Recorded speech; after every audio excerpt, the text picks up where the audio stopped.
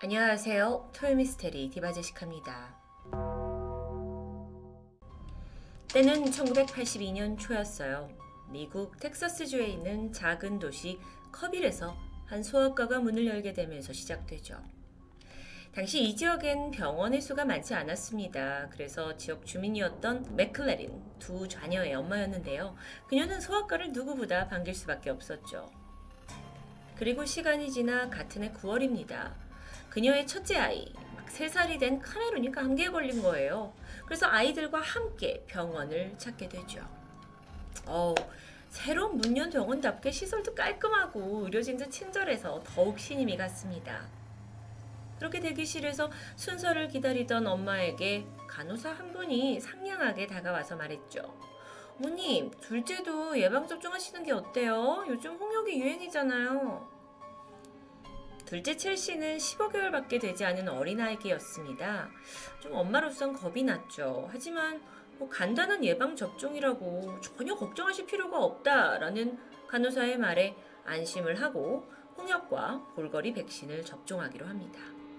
주사실에 들어가 보니까 이미 약물이 세팅되어 있었죠. 엄마는 첼시가 움직이지 못하도록 꽉 잡았습니다. 곧 간호사가 왼쪽 허벅지에 주사 바늘을 꽂았고요. 아이가 아팠는지 울음을 터뜨렸어요. 그러다 잠깐 아이가 이제 당황을 했는지 헐떡이는 것 같았는데 간호사가 아랑곳하지 않고 오른쪽 허벅지에 2번째 주사를 놓게 됩니다. 그리고 그 순간 갑자기 첼시의 몸이 축 늘어지더니 의식을 잃어버렸습니다. 당황한 간호사가 급히 의사선생님한테 호출했죠. 이 15개월밖에 안 된 첼시는 구급차를 타고 인근의 대형 병원으로 옮겨졌어요. 병원에서 잠시 의식을 되찾는 듯 했지만 이내 발작을 일으켰고 결국 첼시는 그렇게 숨을 거두고 맙니다. 사인은 유아 돌연사 증후군. 아니, 엄마로서는 한순간에 정말 아이를 잃어버리게 된 거예요. 맥클레린은 뭔가 이상했죠. 그래서 수사를 의뢰했고 병원을 대상으로 조사가 시작됩니다. 그런데 여기서 이상한 점이 있었어요. 이 새로 문을 연 소아과에서 지난 몇 달간 예방접종을 했던 아이들 중 돌연사 한 아이가 70분만이 아니라는 겁니다. 게다가 다른 병으로 입원한 아이들마저도 발작 증세를 보였고 급사한 아이들까지 있다는 게 밝혀지죠.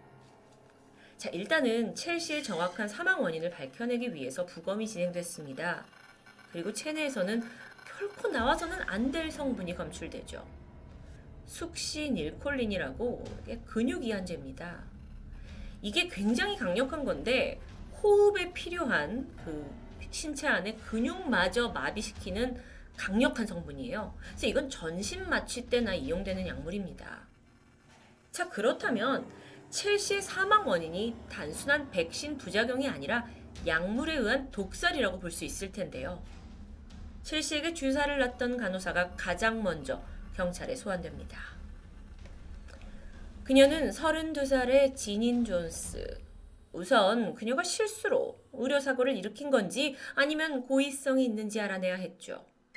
그리고 경찰이 전 직장에서 그녀가 어떤 행적을 했었는지 조사를 하다가 하나둘씩 끔찍한 과거가 드러납니다. 그러니까 이 현재 일하고 있는 커빌 클리닉 소아과를 포함해서 이 지닌 존스가 거쳐간 병원에서만 무려 60명의 아이들이 원인 모를 발작으로 사망했다라는 결과가 나와요. 자, 지닌 존스. 처음부터 간호사였던 건 아닙니다. 20대 초반에 텍사스 한 병원에 있는 미용실에서 미용사로 근무한 적이 있었어요. 근데 이때 손님이 주로 의료진들이었죠. 자연스럽게 그들과 어울리게 된 그녀가 아픈 사람들을 돌보는 의사라는 직업에 또는 그들에게 극도의 호감을 느끼기 시작합니다. 그리고 더 친해지고 싶다는 이유로 샌안토니오라는 지역에 있는 직업 간호학교에 등록하게 되죠. 여기까지는 평범해요. 1년의 수료 과정을 마쳤고 정식으로 간호사 면허를 취득하게 되는데 여기서 잠깐 정보를 드리면 미국에서의 간호사는 크게 3가지 종류로 나뉜다고 합니다. 사진을 보시면 Registered Nurse라고 해서 간호대학을 졸업한 정규 간호사가 있으시고요. 그다음에 Licensed Practical Nurse라고 해서 1년간의 코스를 수료한 직업 간호사, 그리고 마지막으로는 Certified Nursing Assistant라고 해서 간호 자격증을 획득하고 계신 보조 간호사예요. 그렇다면 오늘의 주인공인 이 지닌 존스가 획득한 면허는 LPN, 즉 직업간호사였습니다. 주로 하는 일은 환자에게 약을 지급하거나 상처에 약 발라주고 드레싱 해주고 또 물론 근육 주사를 놓는 권한도 가지고 있었죠. 그러니까 분명 정상적인 간호사인 것은 맞습니다. 이 존슨이 학교를 졸업하고 나서 첫 직장으로 샌안토니오에 있는 감리교 병원에 가게 돼요. 그런데 이 신입의 열정이 너무 과했던 걸까요? 존슨은 자신의 권한이 아닌 부분에서 굉장히 독단적인 행동을 보였고요. 이걸로 인해 동료들까지 곤란해졌죠. 뿐만 아니라 환자들한테 강압적이고 무례한 태도를 보이기까지 했어요. 결국 8개월 만에 해고됐죠. 얼마 되지 않아 다른 병원에 취직을 하긴 했는데 여기서도 근무 태만이라는 이유로 8번의 의료사고 기록을 남겼습니다. 심지어 평소 성격도 무뚝뚝해요. 그리고 공격적인 성격을 보입니다. 그래서 동료들과도 사이가 좋지 않았죠. 그때 참다 못한 동료들이 사표를 낼 정도였다고 합니다.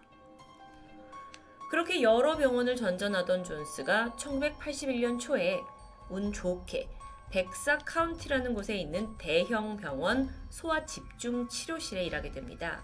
그러니까 여기가 어디냐면 쉽게 말해서 중환자실을 의미한다고 볼 수 있죠. 이 새로 옮긴 병원에서 존슨은 아주 놀랍게 180도 달라진 모습을 보여줘요. 늘 웃는 얼굴로 환자 가족들에게 상냥하고요. 아주 지극정성으로 아픈 아이들을 돌보기 시작한 거죠. 그때 백사 병원장이었던 제임스 로보턴 박사는 그녀의 열정을 너무 마음에 들어 했어요. 정말 자진해서 아픈 환자들을 자기가 돌보고 초과 근무까지 감행하니까 병원장이 안 좋아할 수 없겠죠. 그러던 1981년 9월 13일입니다. 2살 된 어린아기 로즈마리 베가가 선천성 심장결합으로 병원에 입원하게 돼요. 다행히 아주 위급한 상황은 아니었기 때문에 상대적으로 좀 간단한 수술을 무사히 마쳤고요. 아이는 퇴원을 앞두고 있었죠.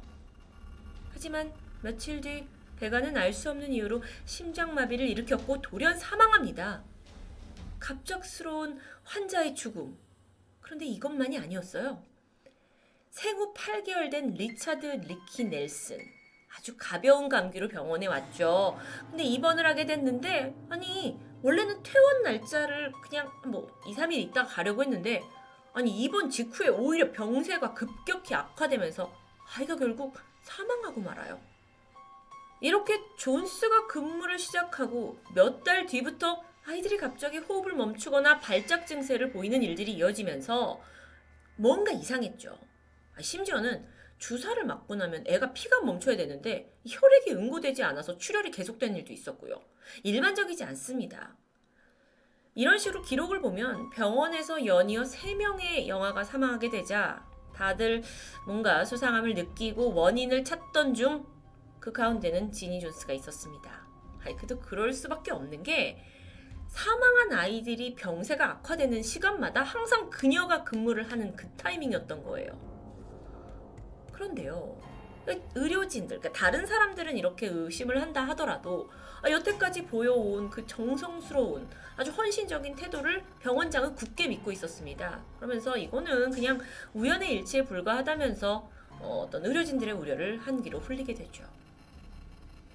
그러는 사이 병원에서는 섬뜩한 별명이 돌기 시작합니다.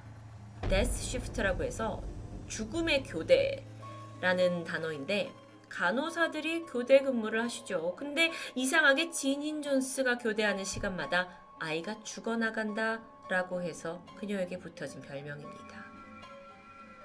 그렇게 1981년 초부터 82년 3월까지 총 14개월 정도 기간이었거든요. 이 병원에서 무려 47명의 아이가 갑작스러운 죽음을 맞이했어요. 그 중에 지닌 존스가 담당했던 환자는 34명이었죠. 자, 이쯤 되면 이거 뭔가 퇴출을 시키던지 뭔가를 해야 되는데 병원장으로서는 유가족들이 막 소송을 할까 그게 너무 우려스러웠던 거예요. 그래서 조용히 사건을 은폐합니다. 대신 병원 이름 바꾸고요. 소아과 중환자실에 근무했던 모든 간호사들을 아예 새롭게 교체하겠다라고 결정하죠. 그러다 보니까 당연히 아무런 죄 없는 간호사들이 반발할 수밖에 없습니다. 그래서 이때 병원장이 뭘 하냐면 이 간호사들이 원만하게 다른 병원으로 이직을 할 수 있도록 추천서를 써주기 시작했어요. 진인 존스도 마찬가지였죠. 그래서 그녀가 옮겨간 게 바로 1982년 텍사스주 커빌에서 새롭게 개원한 소아과입니다. 여긴 홀랜드 박사가 이제 담당을 하고 있었는데요. 진인 존스를 이제 채용하겠다라는 소식이 들렸고, 그러자 이 그녀를 좀 알고 있었던 로보탐 병원장이 사실 넌지시 홀랜드 박사를 만류했다고 해요. 근데 직접적으로 말할 수가 없었어요. 왜냐면 내 병원에서 이런 소문이 돌았다라는 걸 말할 수는 없는 거죠. 은폐해왔던 거니까요. 결국 이 사실을 모른 채 홀랜드 박사는 별다른 의심 없이 진인 존스를 채용했고요. 개원한 이래 몇 달 동안 총 7명의 아이들이 발작을 일으켰습니다. 다행히 전부 대형 병원으로 바로 옮겨져서 고비를 넘기긴 했어요. 근데 이상하긴 했죠. 근데 박사는 워낙 소아과에 왔던 아이들이 지병이 있고 운이 나쁘게 발작을 일으켰다라고 생각을 했는데, 이게 시간이 점점 가면서 아니 건강한 애들까지 예방접종만 하면 돌연 사망하는 일까지 발생한 거예요. 그러면서 문득 이전 그 병원장 로보턴 박사의 경고가 떠올랐습니다. 홀랜드 박사는요, 일단 약품 보관실에 주목했어요. 여기는 이 병원장과 담당 간호사였던 진인 존스만 출입할 수 있는 곳이에요. 근데 그곳에 이렇게 쫙 진열이 되어 있던 병들을 막 보다가 결정적인 증거를 발견하게 되죠. 숙신일콜린, 강력한 근육이완제의 약병 2개가 있었는데요. 그중 한 병은 아예 식염수로 채워져 있었고요. 그러니까 다른 물질로요. 나머지 한 병은 아예 비워져 있는 상태입니다. 박사는 이걸 바로 경찰에 알렸고, 이후 존슨의 소지품을 뒤져보니까 숙신이콜린도 발견되고 혈액 응고 방지제인 헤파린까지 발견됩니다. 경찰의 수사망이 이렇게 좁혀오니까 지니 존스마저도 그래 내가 했다 하고 범행 사실을 자백해요. 그러니까 이게 일부러 아이들한테 근육 이완제를 자기가 투여했다는 거예요. 도저히 이해가 되지 않죠. 왜 간호사가 이런 끔찍한 일을 저지른 걸까요? 이때 밝혀진 범행 동기가 아주 황당합니다. 그녀가 이렇게 말했어요. 간호사는 백의의 천사잖아요. 고통에 신음하고 있는 아이들을 구해야 하고요. 다 죽어가는 아이들일수록, 더 고통받는 아이들일수록 그 아이들을 돌보는 내 모습이 너무 아름다워요. 정말 미쳤나 봅니다. 상식을 가진 사람으로는 이해가 되지 않죠. 그렇게 해서 추후 이제 심리 검사가 진행이 됐는데 진인 존스가 가지고 있는 병이 밝혀져요. 바로 데리 뮌하우젠 증후군입니다. 예전에 토요 미스테리에서도 SNS 천사 엄마로 유명한 레이시를 소개한 적이 있었죠. 아픈 아이를 막 헌신적으로 돌보면서 SNS에 올렸고 그걸로 응원을 받았는데 알고 보니까 대중의 관심을 받으려고 일부러 아이를 아프게 만들었던 너무도 놀라운 사건이었습니다. 레이시 또한 데리 뮌하우젠 증후군 환자였죠. 이게 뭐냐면 상대한테 상해를 입혀요. 상대를 아프게 하고 그걸 정성껏 간호하는 내 모습으로 사람들의 이목을 끌고 타인들이 나를 막 칭송하는 그 반응에 만족감을 느끼는 증상을 말합니다. 존스 역시 환자들을 더 일부러 아프게 만들었어요. 그리고 그 보살피는 자신의 모습을 통해 행복감을 느꼈던 걸까요? 이게 난 역시 착해, 이런 감정일까요? 쉽게 이해가 되지 않는데요. 결국 1984년 진인 존스는 생후 15개월이었던 첼시를 사망하게 한 1급 살인 혐의, 그리고 그 외에 7명의 아이들에게 불법 약물을 투여한 혐의로 유죄 판결을 받았고요. 99년형을 선고받았습니다. 뭔가 속이 시원해지는 듯했죠. 하지만 여기서 끝이 아니었어요. 그녀가 수감된 이래로 텍사스 교도소가 포화 상태라고 수용을 더 이상 하기 힘들다는 거예요. 그러면서 자체적으로 형량을 감면해주겠다라는 법이 제정돼요. 근데 그럼 이 중에서 누가 형량을 감면받을 것인가? 그 기준이 정말 어이없는데요. 교도소에서 하루를 문제없이 잘 지내면 남아있는 형량 중에서 이틀을 자동으로 없애준다는 기준입니다. 결국 이 혜택을 받아서 존스의 형기는 3분의 1로 줄어들어요. 그래서 99년형이 그녀는 결국 33년만 받고 2018년 3월 가석방될 예정이었습니다. 희대의 신생아 살인마 지니 존스가 그냥 이렇게 나올 수 있는 걸까요? 허망하게 자식을 잃은 부모들은 결코 이걸 용납할 수 없었죠. 그래서 어떻게 하면 존스가 다시 감옥에 투옥될 수 있는가 방법을 찾던 중에 추가적인 범죄 사실을 입증하면 다시 재판대에 쓸 거고 형을 받는다는 걸 알아냈습니다. 그래서 피해자 가족뿐만 아니라 지역에 있는 시민단체들까지 다 발벗고 나서게 되죠. 존스와 과거에 근무했던 의료진, 동료 간호사들 다 찾아가서 증거를 모으기 시작했고요. 결국 가석방되기 1년 전인 2017년 5월에 지니 존스가 그 전에 형 받은 거 외에도 11개월 된 조슈아 소여를 포함해서 5명의 아이를 추가로 살해했다는 증거가 나왔고요. 그녀는 다시 한번 기소됩니다. 가석방 취소됐죠? 종신형을 받았습니다. 유가족들 입장에서는 이제 드디어 정의가 서는 거다라고 생각이 들었지만 제닌 존스의 의견은 달랐습니다. 그런 적이 없다 하면서 범죄 사실을 강하게 부인하고 있어요. 그리고 그 법정 싸움은 지금도 이어지고 있습니다. 죽음의 간호사, 정말 이 아이러니한 단어는 듣기만 해도 섬뜩한데요. 지닌 존스는 사실 단순한 간호사, 죽음의 간호사가 뿐만 아니라 사이코패스로 손꼽히고 있을 정도예요. 과연 그녀는 아이들을 이렇게 죽이면서까지 해서 뭘 얻고자 했던 걸까요? 물론 이건 아주 극히 드문 사람들에게만 보이는 현상입니다. 데리 윈하우젠 증후군. 삐뚤어진 정신 상태가 죄 없는 아이들의 생명을 앗아간 안타까운 사연은 사실 얼마 전 우리를 충격에 몰아넣은 정인이 사건과도 일맥상통하는 것 같은데요. 토요 미스테리 디바 제시카였습니다.